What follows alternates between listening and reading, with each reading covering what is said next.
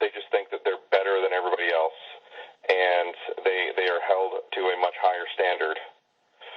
And and the coaches, especially,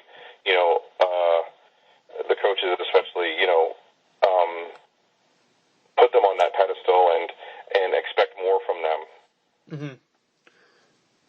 Mm-hmm. From your position as being a coaching liaison, what do coaches typically go to towards about, I guess, I don't know, complaints about parents? Is there anything that kind of sticks out, any kind of commonalities that occur? Sorry, with what? Is there anything that comes up again and again when coaches come to you about discussing with parents? Is it something that sticks out? I haven't really even the first year when I was the coaches liaison, I didn't last that long into the season, so I never actually had to deal with any issues. Okay.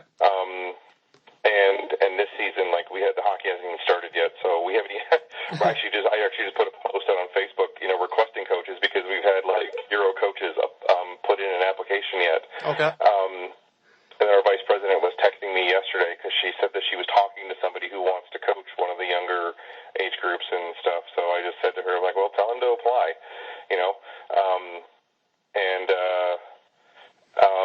So yeah, so nothing has come up yet. But I would say, in terms of what parents might talk to me about is ice time. Mm-hmm. They might be concerned, if their kid isn't getting the same amount of, especially if they're local league, if their kid isn't getting the same amount of ice time as everybody else, and then that would be a conversation that I would have to have with the coach.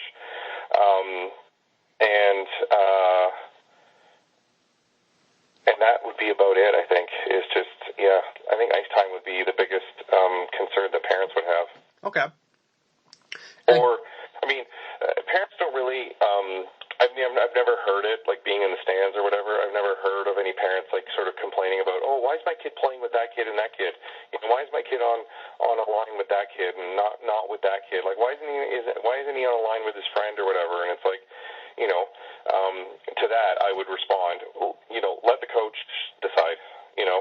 The coaches know from practices and this and that, which kids play well together, and just because your kid's best friend is on the team too doesn't mean that they're going to play together. Because they might not have the same chemistry as your son or daughter might have with this other kid. So things like that. So that kind of be that would be my response to that. Right. Okay. And then just kind of in general, I know you mentioned the Respect in Sport course. Has that and the other behavioral policies, have they had a positive effect on the organization, or is there still work to be done?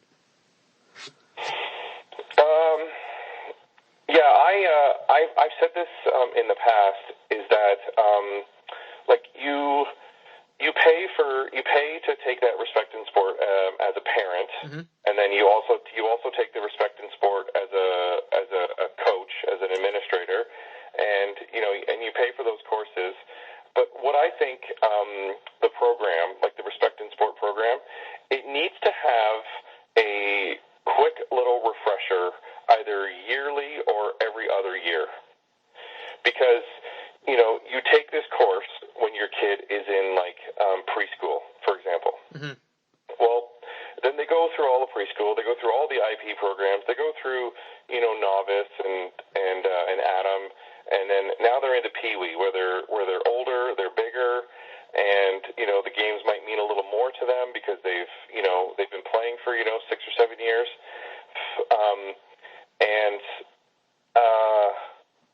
And the parents, you could ask them, do you remember signing off on this when you did the Respect in Sport? And they wouldn't remember. So I think, my opinion is that the Respect in Sport should have a mandatory refresher, either every year or every 2 years, where you just log on, and you don't have to pay for it again. You pay for it once, which is fine, but mm-hmm. you need to log on and, just reread everything that you agreed to, just to keep it fresh in your mind that, hey, yeah, I signed off on this. I signed off that I'm not going to be that dickhead in the stands yelling and swearing at the refs. You know, I'm not going to be that parent who yells at the kids on the ice. You know, right? I'm going to be that. I'm going to be that parent who is, you know, supportive and respectful and all of that. And so that's why I think the Respect in Sport program, it needs to be revamped, and parents should have to do a refresher. Okay, that's really every once in a while. Yeah, I think that's a really interesting kind of way to approach it, because I know that it only has to be done once, and if I'm not mistaken, it only has to be done by one parent, right? Yes. Yeah, so, it could be a little bit of another issue is that only one parent has actually done the course when you have multiple people who are attending the games. Yeah. You know, like it could be the kid's mom who does it, because the you know, moms are the ones, you know, typically who make sure all the paperwork is done and all this and that and stuff. But then it's the dad who takes the kid to hockey every time, and this dad, you know, has never even, you know, read the course or even looked at the course or anything, hasn't seen anything.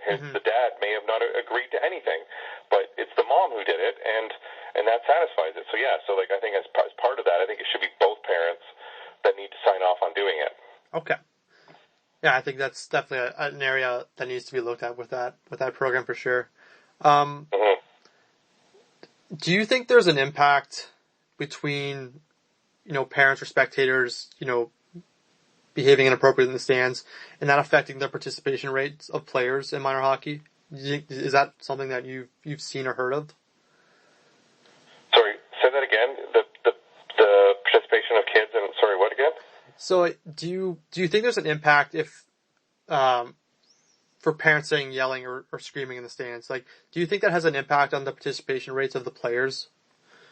No, kids on the ice can't hear a single thing that parents are yelling from the stands. Okay. That's the thing that drives me crazy. Like, I've been a coach for a few years now, and you know, and my wife, you know, she'll bring the rest of the kids and they'll come and watch, you know, my son's games and stuff. And after the game, my wife will tell me, "Oh my God, you sure heard this parent yelling and screaming?" And you know, they were yelling and screaming at this one particular kid, and it's like, and I say, I say to my wife, I'm like, that's great.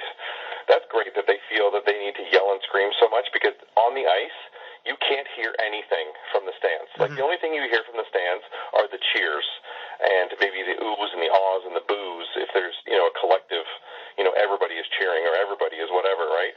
Like when a goal is scored, you hear everybody cheering. That's about it. Like, but the kids on the ice honestly cannot hear the individual comments that are being shouted at them. Okay. So I think it's a complete waste of time as parents who choose to yell at either at the ref or at individual kids for whatever reason. It's a waste of time because they can't even hear you. Okay. And the coaches on the benches, they can't hear anything either. Okay. They just hear muffled yelling. That's all they hear. It's just noise.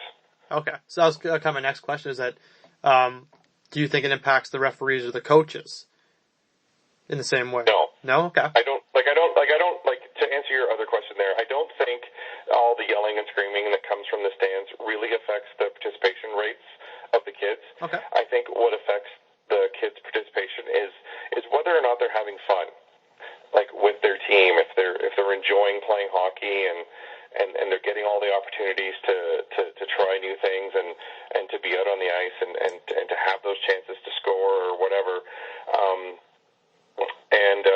I think that's what affects their participation more than anything. Okay. Like if my son, for example, if in his third year of hockey we kept him in Arthur and he was on a rep team again, and let's say it was the same coach and he still got benched, well then his next year, chances are he's going to say, "I don't want to play because I'm just going to get benched. I don't want to play anymore."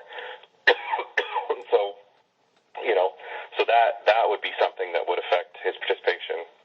But as far as, you know, any yelling and screaming coming from the stands, I don't think that affects the kids' participation at all. Okay. And then kind of lastly here, I know you mentioned that you're involved with the Arthur Soccer Association. Yep. Are you involved with that, and are you involved in any other sports? And do you see similar policies or behavior exist within them compared to hockey? In soccer, no, not at all. Like soccer is like it's a community league. Like we don't have any refs. We don't have really organized games. It's just with the younger kids, it's